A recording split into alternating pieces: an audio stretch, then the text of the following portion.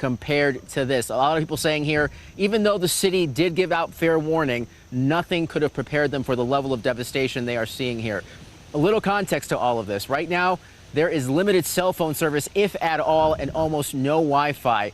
For context, again, here, our crew has been unable to get any cell phone service. We have relied on a single hotel in the downtown area to get any kind of messaging out up until this morning. That's how the situation is here. So even alerts going out by the city aren't going to most of its residents. We are expecting some updates here as far as when running water will be returned to most people here. But right now, that is another big issue. So a lot of people are running out of bottled water. Gas is also an issue in this region. Again, this is a catastrophic flood by every stretch that you can imagine, which is why the governor declared a state of emergency, which is why there are other states of emergency declared through the regions here that have been impacted. Again, just taking a look at this flooding, it is dramatic. A little bit ago, there was actually a person kayaking through this water here. We actually spoke to a gas station owner where we were here day one before the storm arrived. That is now completely underwater. Again, it's going to take a while to really assess the full devastation here, but from what we're seeing, the damage is just remarkable. And to add insult to injury, it looks like there is more potential rain in the forecast here. The people here just don't know how much more they can take. Back to you. And to this, just moments ago, we have learned a woman died after a tree fell on two people in Kings Mountain. Town officials say this happened on North Gaston Street just after 10 yesterday morning. First responders say they found two people trapped, and they say Melissa Lawrence died from her injuries. Kings Mountain police are blaming Helene for this death. We turn now to this live look at App State's campus in downtown Boone tonight. Campus operations are now restricted, we're learning, through Friday of next week. They do have dining halls open and residence for students who are on campus. We also know curfew is about to start in about an hour or so. Watauga County has that curfew in place from 8 p.m. to 8 a.m. And you can see King Street in downtown Boone yesterday. This image that we're seeing here, one of the reasons why they are trying to keep folks off the street. Things are just washed out. We can tell you the live cameras are still down there, so we actually can't bring you a look at current conditions. But we do want to check in right now with WCNC Charlotte's Nick Sturdivant, who's joining us live from Hickory at this hour. So, Nick, we're hearing this area is going to be a staging area for the many agencies who are now arriving to help those in our area and to the west. Yeah, that's exactly right, Vanessa. We're here at the Hickory Regional Airport. As you mentioned, this has transformed into a staging area right behind me. I don't know if you hear it. It's a small plane. And since we've been here over the last couple of hours, we've seen planes, helicopters loaded up with supplies. Far in the distance is that staging area with the first responders. And again, this is a staging area with multiple agencies coming together to help those areas impacted by Helene. And right now, the city of Hickory, as for this area, says all of its parks are closed until further notice. And about 30 minutes west of us, Burke County 911 service are now actually being answered by Catawba County, making sure folks in that area get the critical services and much needed services that they need. Now, about 30 minutes north of us, officials in Caldwell County are urging people not to travel to the northern part of the county into Watauga County. And their goal is to make sure that crews have enough room to work. And Vanessa will continue to check on conditions throughout this area. And as you mentioned, as curfews start to roll in place. All right, Nick, thank you so much for keeping us posted. We're hearing once again 410 North Carolina National Guard soldiers and airmen being deployed to Western North Carolina. And that's just from North Carolina. Other states are deploying as well. And with that, we turn to the scramble to free folks trapped where they are. We're hearing from many tonight in our mountain communities, the high country. They say they are stuck with no way out. They have dwindling supplies in many cases. The town of Banner Elk, for example, made up of a couple hundred people. And we're seeing right now what is left of the only bridge into town. Right now, many say they are nervous and they're waiting for any sort of news. That's one of the biggest things we're looking for here, is just to find out. We think they know that we're stuck here. We think they're going to work on it, but we don't know, really any details about it, what to expect, any schedules, when cell service is going to return, when power is going to return, when water is going to return. So it's a pretty scary situation. Scott Carew there says he thinks there are more people in the mountains, too, who could be even worse off. Folks who they're not even hearing from because of the lack of communication. He adds that he hopes emergency crews reach them soon. Meantime, tonight, we can tell you some neighborhoods here in Charlotte are also facing a serious situation. Evacuation orders are in place tonight in areas of northwest Charlotte near Mountain Island Lake. This is due to rising waters. A shelter is open for these folks who have to leave. WCNC Charlotte's Anna King spoke with neighbors who told her that they've never seen anything like this. Just take a look at this lake behind me. What you're looking at is water completely covering this walk path here. A neighbor I spoke to told me there are people who live on the other side of this and who are not able to get out if they haven't already evacuated. You can see just how high the water is in the distance. The water is almost completely covering the dock. One neighbor telling me he's never seen the water this high. It's kind of sad because like how many people's houses are just wrecked and never seen it this bad. It's rough. Now, this rising water is due to Duke Energy opening a fourth gate at the Cohen's Fort Dam in an effort to manage rising lake levels as water continues to move south from areas affected by the storm. So they're urging residents here to watch the lake levels and be proactive if you need to leave. Live along Mountain Island Lake, Anna King, WCNC Charlotte. And with that, we turn to the upstate region of South Carolina. We are also seeing a dangerous situation playing out there. And unfortunately, we are learning of more lives lost. The Department of Public Safety reports tonight there have been 22 confirmed deaths related to Helene. Spartanburg County saw the most with 5. And locally for us, 1 person died in Chesterfield County. So often with these tropical systems, we know we also deal with tornadoes or the threat of tornadoes. And this video out of Rockingham County really brings that reality home. Someone, as you see here, captured a suspected tornado on camera, and there was widespread damage from strong winds in that area. We do want to turn to meteorologist KJ Jacobs because, of course, we're hearing all of these stories. We're getting these videos and pictures from our viewers really showing the magnitude of the storm, really showing how much cleanup is necessary, how many rescues still need to be happening. And I know weather going forward is going to play a big role in that, KJ. The weather will always play a role in it, Vanessa. Certainly impactful, heartbreaking images coming in out of western North Carolina as well as the mountains for tonight. I do want to get you up to speed on alert still in effect right now. We do have flash flood emergencies in effect, so it is a particularly dangerous situation ongoing, especially for those of you in the mountains and the foothills. Take a look right now. We have Lake James, the Catawba River, as well as Lake Rhodus tonight. Lindenville, Marion, and Morganton, Colony Springs heavily impacted, so you do want to be mindful in this area for tonight. Also, a different section of the Catawba River tonight. This is along Alexander County, also Iredell County and Catawba County tonight at Lookout Shoals. So be mindful of that. Downstream from there at Mountain Island Lake, also Mount Holly, we have homes inundated right now with floodwaters. So just know levels are steadily rising tonight. We have record-setting flood levels along these rivers. Tributaries are already backed up as well.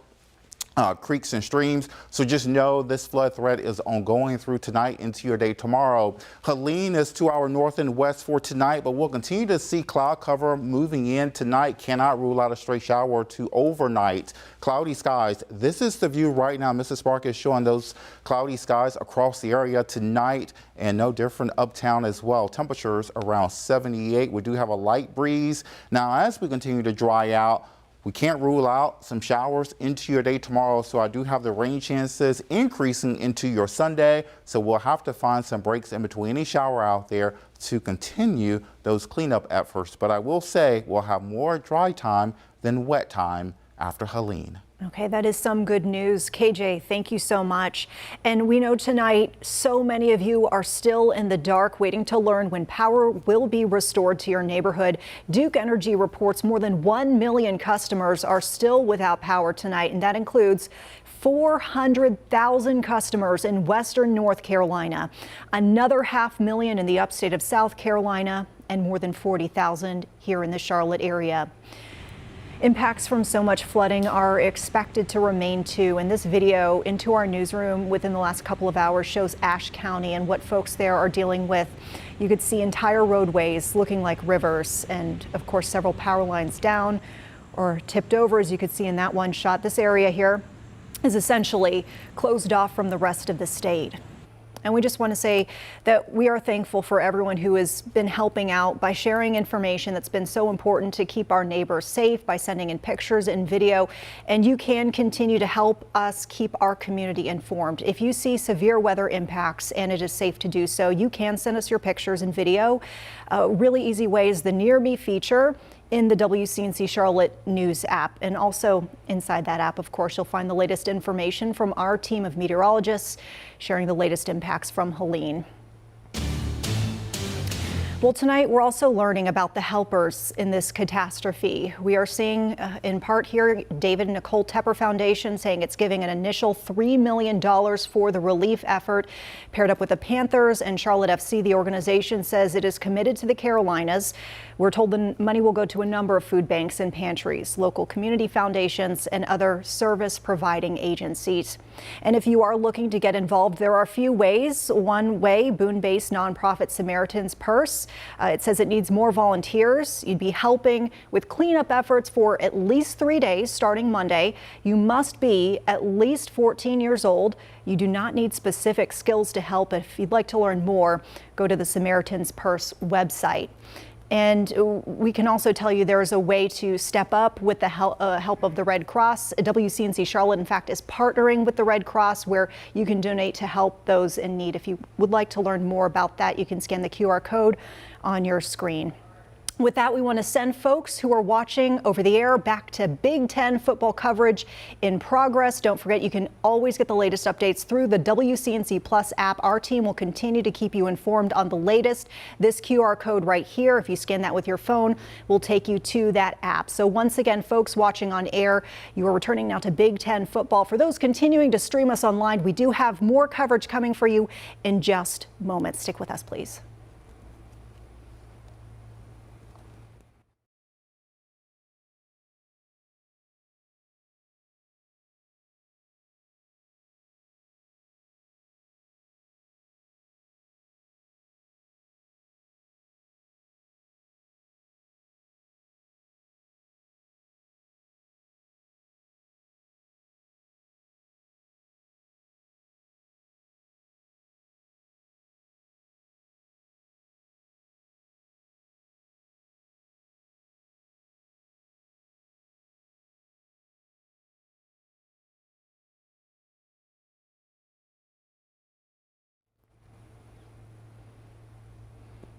Welcome back, everyone who is joining us on our digital platforms. We are continuing to cover the impacts here of Helene, which we are seeing has really also carved a trail of destruction in Florida as well. As we've told you before, the storm made landfall in the Big Bend region of Florida. This happened Thursday evening. Crews only recently, though, gaining access to some of the heaviest damage. Lorena Inklin reports near Keaton Beach, west of Gainesville. Powerful Category 4 hurricane swept up large boats in Keaton Beach and threw them inland. We saw several of them that detached from their moorings. Roofs were on the ground, doors off their hinges, docks ripped from their foundations and thrown several feet away. Keaton Beach sits on the doorstep of the Gulf of Mexico. That's where Hurricane Helene made its entrance, wrecking everything in its path, leaving this beach town utterly devastated. As damage assessments begin, many are finding out their homes are now gone. Even the elevated homes saw damage as many roofs came right off. Search and rescue teams from South Florida are in Keaton Beach helping with debris removal and damage assessments, while the National Guard is also helping. Kevin Caswell is trying to see the positive side of things. We're very fortunate. We're very fortunate that we're alive. Families are safe. I think most people out here did what was asked and evacuated.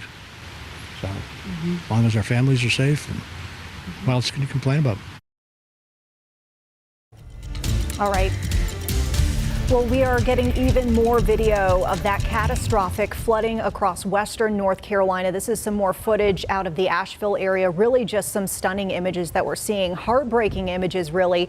This is where the French Broad River is reaching more than 16 feet high, putting most of the River Arts District underwater. Just really unreal. I don't know how else to put it. KJ, seeing things floating in the water, like tops of roofs. Really, that's the only thing from the buildings that we're seeing. And we are seeing, of course, state officials reiterating that folks should not be on the roads in western North Carolina. Basically treat them as all closed. That's exactly right, Vanessa. So many issues out there. Water is certainly powerful. We always talk about the impact of water, so we must take flooding seriously. It is very dangerous. We have dangerous situation going on in the mountains right now. So you think you're up in elevation, but you do have to be mindful. Roads are washed away. We have homes that are submerged. Just so many impacts. Streets are turned into rivers. But we do have additional showers in the forecast, so this could add a little insult to injury into the day tomorrow, but we're not looking at widespread heavy rainfall, and we know river levels are going to continue to fluctuate. So I do want to get you up to speed at the Catawba River at Rhoda's Dam right now. We have moderate flooding ongoing there. We have the Catawba River at Lookout Shoals Dam. We have major flooding there, as well as Mountain Island Lake. We have river levels coming in, topping at about 100 feet and above. So we are setting some records there, and just know these levels are going to recede, and then downstream the levels may certainly increase and continue to rise, and that can have an impact over the next couple of days. Right now we have a flash flood emergency in effect, as you see it here shaded in red, from Marion to Linville, Morganton, Colony Springs. This is a section of from Lake James to the Catawba River, as well as Lake Rhodus. So this area is certainly impacted right now. Also at Lookout Shoals, this is between Alexander County, Iredell County, as well as Catawba County. This is right along I-40 there, so we have numerous secondary roads impacted from floodwaters. And also at Mount Island Lake, notice we have heavily populated areas that will continue to be impacted as these water levels continue to rise before they begin to recede. I am seeing some gradual decline in water levels, but downstream they will continue to go up. Here's a look right now at Helene, or what's left of it. Certainly this is nothing like it was when it passed through the Carolinas. So this is the remnants of Helene for tonight. We do have a slow moving storm continuing to work its way to our north and west. We have cloud cover continuing through tonight. This will give us a stray shower as well for this evening. Mainly cloudy skies. Most of you will remain dry. Temperatures in the 70s. Overnight, the mountains in the 50s, 60s in Rock Hill, the same in Gastonia, close to 70 by tomorrow morning for those of you in Charlotte. Your forecast for tomorrow, temperatures will top out around 80 tomorrow. Could be a little muggy and humid out there. I have a slight chance for showers through tomorrow around 2 to about 4 p.m. We could see an uptick in the rain chances, but most of you will stay dry with a mix of sun and clouds. Here's that Guy Roofing 7-day forecast. So small rain chances for Sunday, lower rain chances for Monday and Tuesday, but just know we'll have spotty showers possible over the next couple of days. By Wednesday, we're drying out. We're not going to have significant impacts coming weather-wise over the next few days, but just know we will see some drier and calmer conditions as we continue to clean up after Helene. All right, KJ, thank you so much. So, of course, moments ago we mentioned how western North Carolina, particularly officials there, are asking folks to just stay off the roadways and essentially treat all the roadways as closed. We mentioned I-40 as being one of the concerns, I-26. We can tell you in Alexander County, officials are telling us the Highway 16 South Bridge at Oxford Dam is going to be closed indefinitely. This is until DOT can do a comprehensive inspection.